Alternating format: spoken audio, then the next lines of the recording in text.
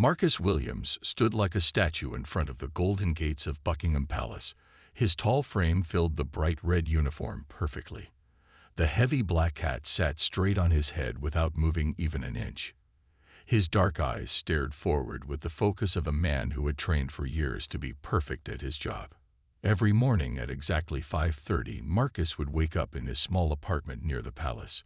He would shower with cold water to wake himself up completely. Then he would put on his uniform piece by piece, making sure every button was polished and every crease was sharp. His black boots were so shiny that people could see their reflection in them. Marcus took pride in being the best-dressed guard at the palace. The other guards respected Marcus more than anyone else. They called him the Machine because he never made mistakes. He never talked during his duty hours unless someone asked him a direct question. He never smiled or laughed while wearing his uniform. Most importantly, he never let his attention wander from his job of protecting the royal family. Marcus had been working as a royal guard for 8 long years. In all that time, he had never been late for work even once. He had never called in sick, even when he had the flu. He had never broken a single rule from the thick book of regulations that every guard had to follow. The rule book was like a Bible to Marcus, and he knew every page by heart. When Marcus first started this job, he was only 22 years old. Back then, he was just a young man from a poor family who wanted to serve his country. His father had been a soldier and his grandfather too.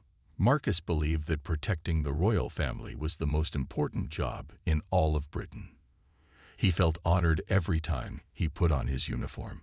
But becoming the perfect guard came with a price that Marcus paid willingly. He had given up having close friends because guards were not supposed to socialize too much with regular people. He rarely visited his family because his work schedule was so demanding. Most difficult of all, Marcus had never allowed himself to fall in love or even go on dates. The rules were very clear about guards not having romantic relationships that could distract them from their duties. Marcus lived a lonely life, but he told himself it was worth it. Every night when he took off his uniform, he would look at himself in the mirror and feel proud. He was serving something bigger than himself. He was protecting the most important people in his country. He was carrying on the tradition of his father and grandfather. The palace was like a second home to Marcus. He knew every corner, every hallway, and every secret passage. He could walk through the building with his eyes closed. The tourists who came to see the palace would often stop and stare at Marcus. They would whisper about how serious and professional he looked. Some would try to make him smile or laugh, but Marcus never reacted. He was too disciplined for that. On quiet days, Marcus would think about his life and wonder if he would ever want anything different, but those thoughts never lasted long. He would remind himself that he had the best job in the world. He was protecting history and tradition. He was part of something that had existed for hundreds of years. Marcus believed that nothing could ever change his mind about his duty. He thought he would spend his entire life as a royal guard and retire with honor. He had no idea that his perfectly ordered world was about to be completely destroyed by a stranger with brown eyes who would appear on a rainy Tuesday morning and change everything forever. The next morning, Marcus would meet someone who would make him question everything he believed about duty, honor, and what it meant to truly live. Tuesday morning started with dark clouds covering the London sky. Marcus took his position at the palace gates just as the first drops of rain began to fall. Within minutes, the gentle drops turned into a heavy downpour that soaked everything in sight. Most of the tourists ran for cover under shop awnings and bus stops, but Marcus remained perfectly still at his post. The rain ran down his tall black hat and dripped off the edge like a small waterfall. His red uniform grew darker as it absorbed the water, but Marcus did not move a single muscle. He had stood in rain, snow, and blazing sun for 8 years. Weather was just another test of his discipline and dedication. People hurried past the palace gates with their heads down and umbrellas up. They were all focused on getting somewhere dry and warm. Marcus watched them with the same professional attention he gave to everything else. His job was to notice everyone who came near the palace, even on days when the weather kept most people away. Then Marcus saw him. A young man stood on the opposite side of the street, completely motionless in the pouring rain. He had dark hair that was now plastered to his head from the water. He wore a simple blue jacket that was soaked through and jeans that clung to his legs. But what caught Marcus' attention was not what the stranger was wearing. It was his eyes. The young man was staring directly at Marcus with the most beautiful brown eyes the guard had ever seen. They were warm and kind, and full of something that Marcus could not quite understand. The stranger was not looking at the palace, or the architecture, or the famous gates that thousands of tourists photographed every day. He was looking only at Marcus. For the first time in 8 years, Marcus felt his heart beat faster while he was on duty. Something strange and wonderful was happening in his chest. It felt like a bird trying to escape from a cage. Marcus had never experienced anything like this feeling before, and it both excited and terrified him. The young man smiled, and Marcus felt the world shift around him.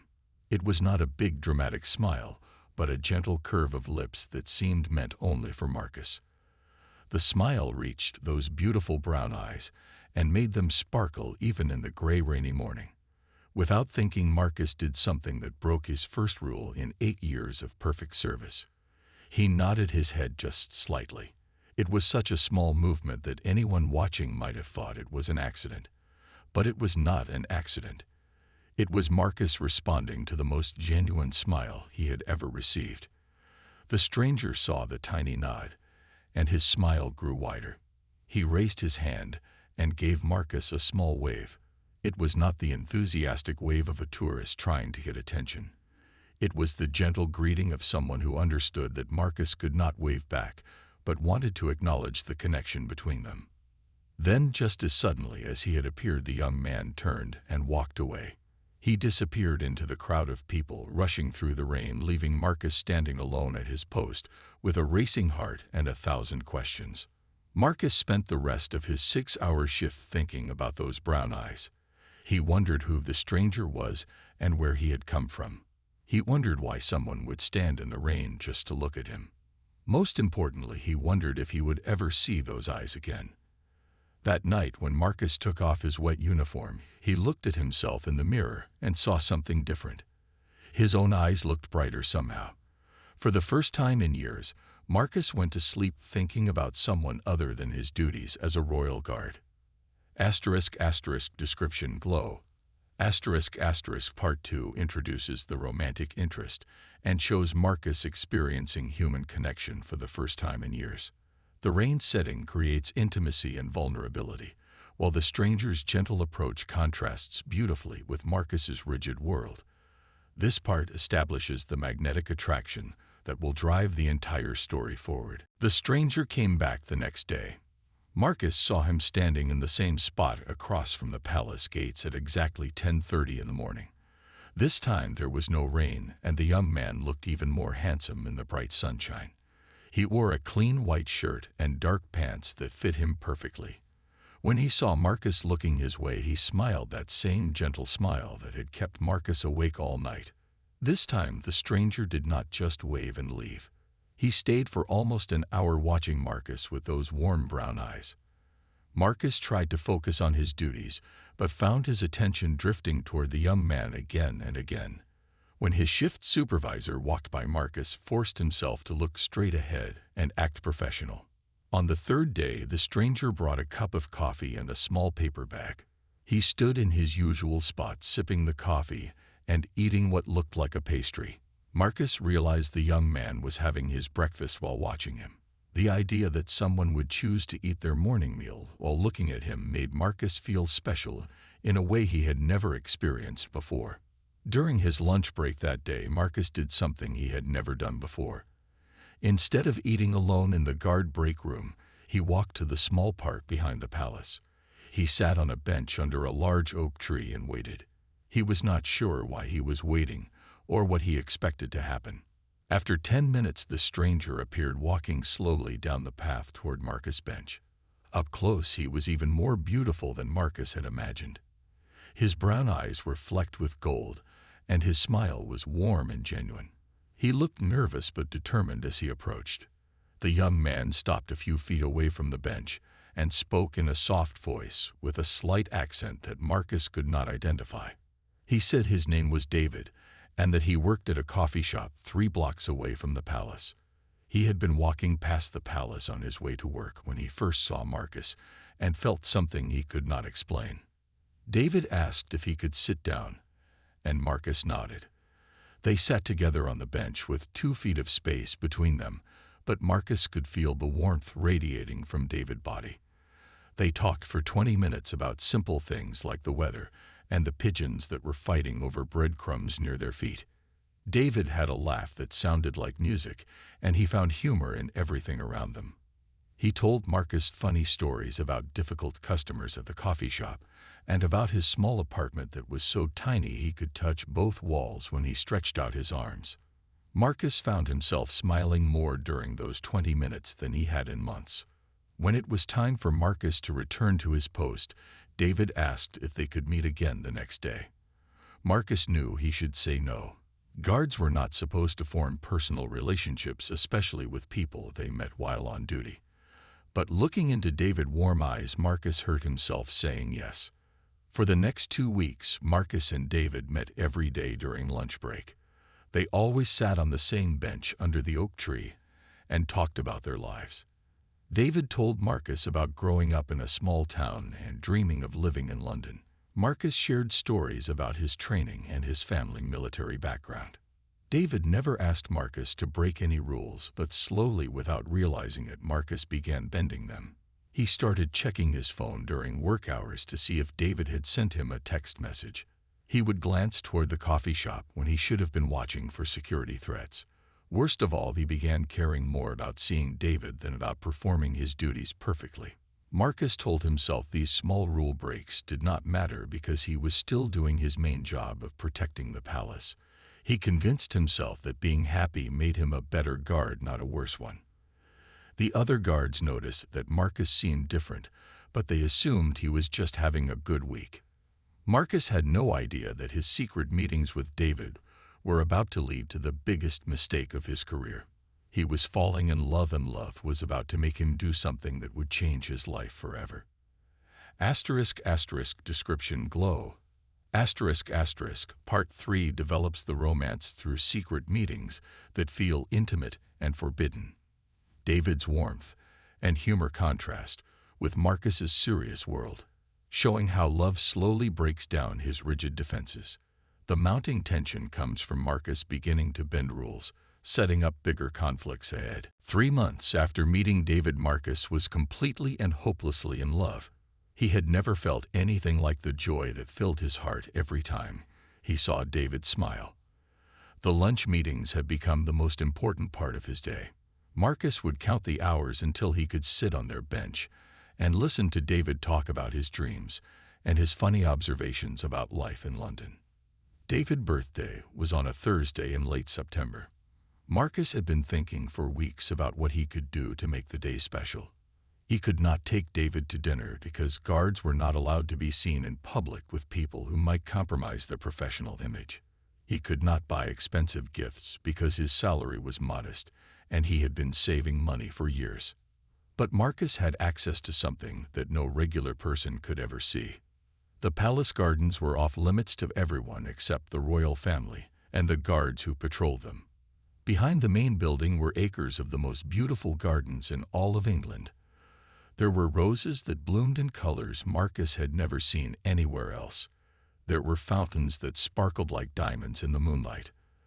There were hidden paths that wound through perfectly maintained flower beds and ancient trees that had been growing for hundreds of years. Marcus had walked through these gardens countless times during his night shifts, but he had never really looked at their beauty. Now all he could think about was how much David would love to see such a magical place. David was always noticing beautiful things that other people missed. He would point out interesting cloud formations or the way sunlight hit a building at just the right angle. Marcus knew that David would appreciate the gardens more than anyone. On David's birthday, Marcus made a decision that went against everything he had been taught about duty and rules. During his evening shift, when the palace was quiet and most of the staff had gone home, Marcus sent David a text message. He told David to meet him at the side gate at midnight and to dress warmly because they were going somewhere special. David arrived at exactly midnight wearing a dark coat and a huge smile. Marcus had never seen him look so excited.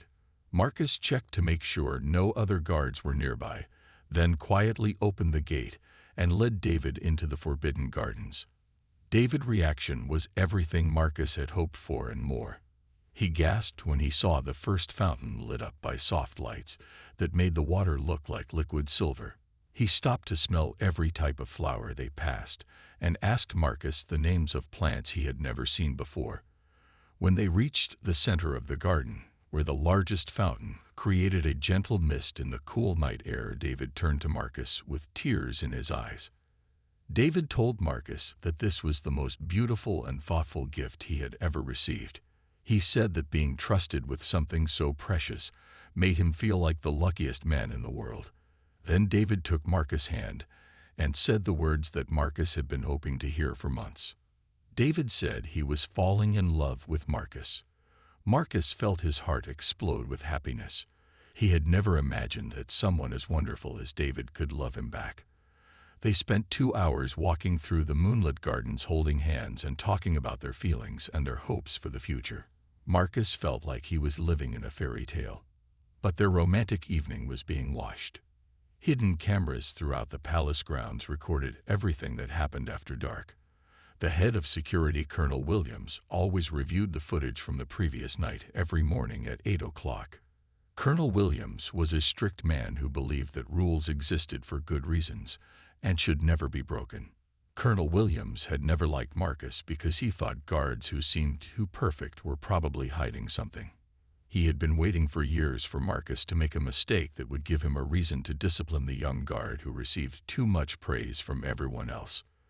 When Colonel Williams saw the security footage of Marcus and David in the restricted gardens, he smiled for the first time in weeks. Finally, he had the evidence he needed to destroy Marcus' perfect reputation and maybe even end his career completely. *** description glow. *** Part 4 escalates the romance while introducing major conflict. Marcus's grand romantic gesture shows how deeply he's fallen for David, but the security cameras create dramatic irony. Readers know Marcus is being watched while he feels completely safe. This part balances beautiful romance with mounting danger. The next morning, Marcus woke up feeling happier than he had ever felt in his entire life. The memory of David telling him about love made everything seem brighter and more beautiful. Marcus hummed quietly while he got dressed in his uniform. He polished his boots with extra care and made sure his hat sat perfectly on his head. He felt like he could conquer the world. Marcus arrived at the palace at his usual time and took his position at the gates. The other guards noticed that he seemed especially cheerful, but Marcus just smiled and focused on his duties. He kept thinking about David's brown eyes in the moonlight and the way his hand had felt so perfect in Marcus' own hand. At 2 o'clock in the afternoon, Marcus received a message that changed everything. Colonel Williams' secretary told him to report to the head of security office immediately. Marcus had only been called to Colonel Williams' office twice before in 8 years, and both times it had been to receive commendations for excellent service. Marcus walked through the palace hallways feeling confident and proud. He assumed Colonel Williams wanted to praise him for something or maybe discuss a promotion. Marcus had been hoping for months that he might be selected for a special assignment that would advance his career. When Marcus entered Colonel Williams' office, he immediately knew something was very wrong.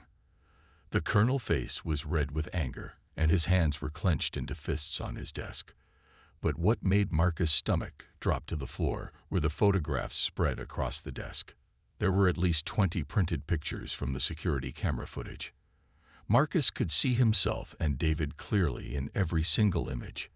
There was Marcus opening the gate. There was David looking amazed at the fountains. There was Marcus and David holding hands near the rose garden. There was the moment when David had told Marcus he was falling in love. Colonel Williams' voice was so loud that Marcus was sure people in the next room could hear every word. He shouted about betrayal and security breaches, and how Marcus had violated the trust that had been placed in him. He called Marcus a disgrace to the uniform, and said that guards like him were the reason the royal family could not feel completely safe. Marcus tried to explain that David was just a friend, and that nothing dangerous had happened in the gardens. He said that David was a good person who would never hurt anyone or try to use information about the palace for bad purposes. He begged Colonel Williams to understand that he had not meant to put anyone at risk. But Colonel Williams was not interested in explanations or excuses. He had spent his entire career following rules and expecting others to do the same. In his mind, Marcus had committed the worst possible sin by putting his personal feelings ahead of his professional duties. The rulebook was very clear about what happened to guards who brought unauthorized people into restricted areas. It was also clear about guards who formed personal relationships that could compromise their judgment and loyalty. Marcus had broken not just one rule but several of the most important ones. Colonel Williams gave Marcus a choice that felt like no choice at all. Marcus could end all contact with David immediately and accept a formal written warning that would stay on his permanent record forever. The warning would prevent him from ever being promoted and would make it almost impossible for him to find another job in security if he ever left the palace. Or Marcus could be fired immediately and lose everything he had worked for during 8 years of perfect service. Colonel Williams told Marcus he had until Monday morning to make his decision. He said that Marcus should think very carefully about whether this David person was worth destroying his entire career and disappointing everyone who had believed in him. Marcus left the office feeling like his world had completely collapsed around him. The hallways that had felt like home for 8 years now seemed cold and unfamiliar. The uniform that had made him feel proud and important now felt heavy and uncomfortable on his shoulders. That evening, Marcus walked through the city streets for hours trying to figure out what to do. He had 3 days to choose between the job that had defined his entire adult life and the man who had made him feel truly alive for the first time ever. *** description glow. *** Part 5 delivers the crushing blow that transforms the story from romance to crisis. Colonel Williams represents the rigid system that demands Marcus choose between love and duty. The photographs make the betrayal feel visceral and immediate, while Marcus's anguish shows how impossible his choice really is. Marcus spent the weekend in complete agony. He barely slept and could not eat more than a few bites of food at each meal. His small apartment felt like a prison cell where he paced back and forth, trying to find a solution that did not exist. Every time he thought he had made up his mind, he would change it again within an hour. On Saturday morning, Marcus put on his civilian clothes and walked to the coffee shop where David worked. He stood across the street watching David serve customers and make them smile with his friendly conversation.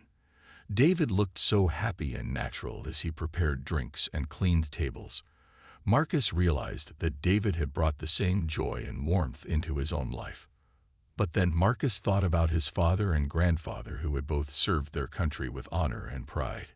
He thought about the oath he had taken 8 years ago to protect the royal family with his life if necessary.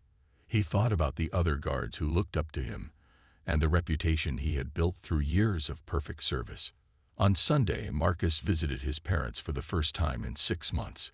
He sat in their small living room, looking at the framed photograph of his grandfather in his military uniform. His mother made his favorite dinner and asked why he seemed so quiet and troubled. Marcus wanted to tell them everything, but he knew they would not understand how he could even consider giving up such an important job for someone he had only known for 3 months. Marcus left his parents' house feeling more confused than ever. He drove back to London thinking about duty and honor, and all the things he had been taught were most important in life. But he also thought about David Laugh and the way David made him feel like he was worth loving exactly as he was. Monday morning arrived gray and cloudy, just like the day Marcus had first seen David standing in the rain. Marcus put on his uniform and polished his boots, but his hands were shaking as he got dressed. He knew that whatever decision he made in the next few hours would change the direction of his entire life. Marcus arrived at the palace early and requested permission to see Colonel Williams before his shift began. He sat in the waiting area outside the office, trying to find the courage to do what his heart was telling him was right. At exactly 8 o'clock, Marcus was called into Colonel Williams' office. The colonel looked pleased, as if he was sure that Marcus would choose to keep his job and forget about David. He probably expected Marcus to thank him for giving him a second chance and promise to never break the rules again. Instead, Marcus stood at attention and spoke in a clear, steady voice that surprised even himself. He told Colonel Williams that he had made his decision and that he would not give up David. He said that love was more important than rules, and that some things in life were worth losing everything for. Colonel Williams' face turned purple with rage. He shouted that Marcus was throwing away the best job he would ever have for someone he barely knew. He said that Marcus was being foolish and emotional, and that he would regret this decision for the rest of his life. But Marcus felt strangely calm and peaceful as he listened to Colonel Williams' angry words. For the first time in years, Marcus was doing something because it felt right in his heart instead of because a rule book told him it was his duty. Marcus removed his badge and placed it on Colonel Williams' desk. He took off his hat and set it beside the badge. Then he walked out of the office and out of the palace for the last time as a royal guard. That evening, Marcus met David at their bench in the park behind the palace. David could see immediately that something important had happened. When Marcus told him about resigning from his job, David's eyes filled with tears. He tried to convince Marcus to go back and ask for his job back, but Marcus shook his head. Marcus told David that he had spent 8 years following other people's rules about how he should live his life. He said that meeting David had taught him what it felt like to be truly happy, and that no job was worth giving up that happiness. David held Marcus' hands and promised that they would figure out how to build a new life together. Marcus looked into those beautiful brown eyes that had started this whole adventure and knew that he had made the right choice. *** description glow. *** Part 6 shows Marcus's internal struggle and ultimate decision to choose love over duty. His resignation scene demonstrates personal growth and courage, while the meeting with David afterward affirms that love can triumph over fear. This part provides emotional catharsis while setting up new challenges ahead. Marcus thought his resignation would be a private matter between him and Colonel Williams. He planned to find a new job quietly and start his life over with David without anyone else knowing what had happened. Marcus had no idea that palace secrets rarely stayed secret for very long. 3 days after Marcus quit his job, a reporter from the London Daily Mirror received an anonymous phone call. Someone who worked at the palace told the reporter that a royal guard had been fired for having a secret romance that compromised palace security. The reporter smelled a big story and began investigating immediately. Within hours, the reporter had discovered Marcus' full name and tracked down his address. He also found out where David worked and began asking questions at the coffee shop. The reporter offered money to anyone who could provide more details about the relationship between the former royal guard and the young barista. By Thursday morning, the story was front-page news in 3 different newspapers. The headlines screamed across the city in bold letters that made Marcus feel sick to his stomach. Royal Guard quits for secret love affair and palace security breached by romance, and love conquers duty in royal scandal were just some of the dramatic titles that turned Marcus' private decision into public entertainment. The story spread faster than Marcus could have imagined possible. Within hours, it was being discussed on television news programs and radio talk shows. Social media exploded with comments and opinions from people all over the world who had never heard of Marcus or David until that morning. Reporters camped outside David's coffee shop, making it impossible for customers to enter or for David to do his job properly. They shouted questions at him about his relationship with Marcus and whether he felt guilty about destroying a man's career. David's boss told him to stay home until the media attention died down, because the constant interruption was hurting business. Marcus' apartment building was surrounded by photographers and journalists who followed him whenever he tried to leave. They asked him if he regretted his decision, and whether he had put the royal family in danger. They wanted to know intimate details about his relationship with David and whether he planned to write a book about his experiences as a royal guard. The attention was overwhelming and frightening for both Marcus and David. They had never experienced anything like the constant scrutiny and judgment from complete strangers. Marcus felt like his private life had been stolen and put on display for the whole world to examine and criticize. But something unexpected began to happen as the story spread around the globe. While some people criticized Marcus for abandoning his duty, many others began to support his decision to choose love over a job that demanded he hide who he really was. Social media filled with messages from people who called Marcus brave and inspiring. They said that his story gave them hope that they could also find the courage to live authentically, even when it meant disappointing others or facing difficult consequences. Gay rights organizations issued statements praising Marcus for refusing to accept discrimination and for showing that love should never be treated as a security threat. Some members of parliament began questioning whether the royal guard rules about personal relationships were outdated and unfair in a modern society that valued equality and human rights. Television talk show hosts invited Marcus and David to appear on their programs to tell their side of the story. Documentary filmmakers called asking for permission to make films about their romance. Publishers offered Marcus contracts to write books about his experience as a gay man in a job that required him to hide his identity. Marcus and David were amazed by the positive response from so many people, but they were also exhausted by the constant attention. They could not go to restaurants or movies, or even walk through the park without being recognized and approached by strangers who wanted to take pictures or ask questions. The media attention brought both opportunities and problems that Marcus and David had never anticipated. They were famous, but they were also unemployed and struggling to figure out how to pay their bills while reporters followed their every move. Marcus began to understand that his personal decision had become something much bigger than just a love story.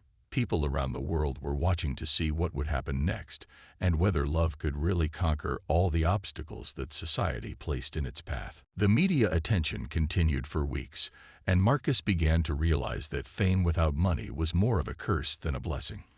Every day brought new interview requests and photo opportunities, but none of them paid enough to cover basic living expenses. Marcus had savings from 8 years of careful budgeting, but those savings were disappearing quickly now that he had no regular income. Finding a new job proved to be almost impossible. Marcus applied for security positions at banks' office buildings and shopping centers, but employers were afraid to hire him. They worried that having the famous former royal guard on their staff would bring unwanted media attention to their businesses. Some employers told Marcus directly that they could not risk the controversy that seemed to follow him everywhere. David faced similar problems at work. His boss at the coffee shop had been patient at first, but the constant presence of reporters and photographers was driving away regular customers. After 2 weeks of disrupted business, David's boss made the difficult decision to let him go. He apologized and said he hoped things would get better soon, but he could not afford to lose any more money. Marcus and David found themselves unemployed and famous at the same time. They received hundreds of supportive messages from people around the world, but supportive messages could not pay rent or buy groceries. The stress of their financial situation began to strain their relationship in ways that neither of them had expected. Marcus started to wonder if he had made a terrible mistake. Late at night, when he could not sleep, he would question whether love was really worth all the hardship they were facing. He had given up a stable career with good benefits and a guaranteed pension for an uncertain future that seemed to offer nothing but problems. David tried to stay positive and optimistic, but Marcus could see the worry in his eyes. David had never asked Marcus to give up his job, and he felt guilty that his presence in Marcus' life had caused so much trouble. David began to suggest that maybe they should take a break from their relationship until the media attention died down, and they could both find new jobs. The idea of losing David on top of everything else filled Marcus with panic. He realized that even though their situation was difficult, David was still the best thing that had ever happened to him. Marcus told David that they needed to find a way to make their fame work for them instead of against them. Marcus began accepting some of the interview requests that had been piling up in his email inbox. He appeared on television talk shows and radio programs where he spoke honestly about his experience as a gay man in a job that required him to hide his identity. Marcus discovered that he was good at public speaking and that people were genuinely interested in hearing his story. The literary agent contacted Marcus about writing a book that would tell his story in his own words. The agent explained that there was a real market for memoirs about people who had overcome discrimination and chosen authenticity over conformity. The advance payment for the book would be enough to support Marcus and David for at least a year while Marcus wrote. David found work with a catering company that specialized in events for organizations that supported gay rights and social justice causes. His warm personality and genuine commitment to equality made him popular with clients who appreciated having staff members who understood their values and mission. Slowly, Marcus and David began to build a new life that was completely different from anything either of them had imagined. Instead of hiding their relationship, they were being paid to talk about it publicly. Instead of following rules that other people had written, they were creating their own path forward. The process was not easy, and there were still days when Marcus wondered if they would make it through all the challenges they faced. But every morning when he woke up next to David and saw those beautiful brown eyes that had started this whole adventure, Marcus knew that he would rather struggle with love than succeed without it. Marcus began writing his book on a laptop computer that David had bought with his first paycheck from the catering company. The first chapter started with the sentence Marcus had been thinking about for months. Sometimes the most important moment in your life happens when you are just standing still doing your job and trying not to notice how lonely you feel. 1 year after Marcus walked out of the palace for the last time, his life looked completely different from anything he could have imagined. The book he had written about his experience became a bestseller that was translated into 12 different languages. Readers around the world connected with his honest story about choosing love over duty and finding the courage to live authentically. Marcus discovered that he enjoyed traveling to bookstores and universities to talk about his experiences. He met thousands of people who told him that his story had helped them find the strength to make difficult but important changes in their own lives. Teachers and counselors wrote to thank him for giving them a book they could share with young people who were struggling with questions about identity and belonging. David used the money from Marcus' book sales to open his own coffee shop in a neighborhood that welcomed diversity and celebrated love in all its forms. The shop became a gathering place for people who believed that everyone deserved to be accepted and supported regardless of who they loved. David hired employees who had faced discrimination in other jobs and created a workplace where people could be completely honest about who they were. The documentary about Marcus and David's story won several awards and was shown in film festivals around the world. The filmmaker had followed them for 6 months, capturing both the difficult moments when they struggled with doubt and fear and the beautiful moments when their love grew stronger despite all the challenges they faced. Most importantly, the attention that Marcus' story brought to the Royal Guard regulations led to real changes in the policies that governed the lives of palace security staff. A parliamentary committee reviewed the rules and concluded that many of them were outdated and discriminatory. Guards were no longer forbidden from having romantic relationships as long as those relationships did not create actual security risks.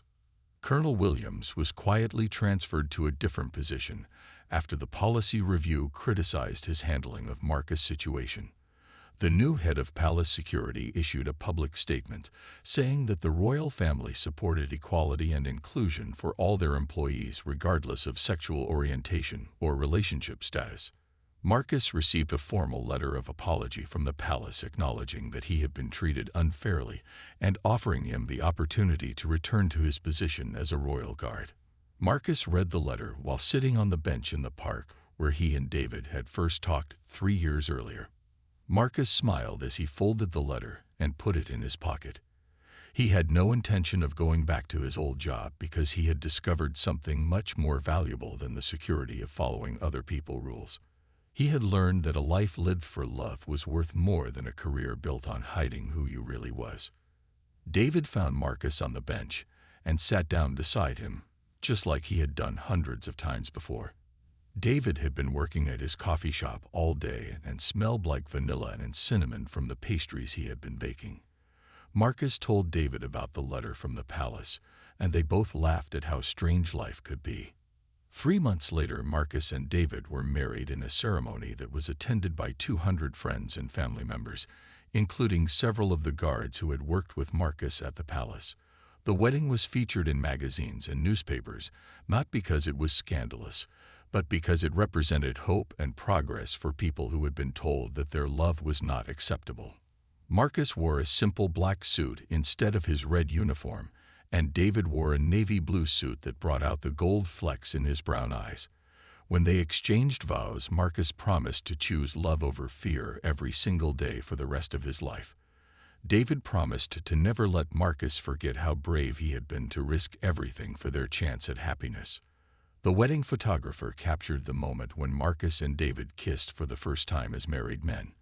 In the picture, they are both smiling with tears of joy running down their faces. Behind them, you can see the same oak tree where they used to meet in secret when their love felt impossible and dangerous. Marcus kept that photograph on his desk while he wrote his second book about the power of authentic relationships to change not just individual lives, but entire communities and institutions. Every morning when he sat down to write, he would look at the picture and remember the rainy Tuesday when a stranger with brown eyes had smiled at him and changed everything. 5 years after leaving the palace, Marcus and David adopted a little girl named Emma, who had been waiting for a family that would love her exactly as she was. Marcus taught Emma about courage and standing up for what is right, even when it is difficult. David taught her about finding joy in simple moments and treating everyone with kindness and respect. Emma's favorite bedtime story was the true tale of how her two fathers had met and fallen in love, despite all the rules that tried to keep them apart. She would ask Marcus to tell her again about the night he showed David the secret garden and how they held hands under the moonlight. Emma said it was the most romantic story she had ever heard, and that she hoped to find love that brave when she grew up. Marcus never regretted his choice to leave the palace because every day with David and Emma proved that he had chosen correctly. Love had not just won in the end, but had created a life more beautiful and meaningful than anything he could have achieved by following rules that demanded he hide his true self. The boy who had once stood perfectly still in the rain watching a royal guard had become a man who understood that sometimes the most important thing you can do is move toward love, even when everyone tells you to stay where you are. And the guard, who had spent 8 years believing that duty meant sacrifice, had learned that real honor comes from having the courage to live authentically and love without limits.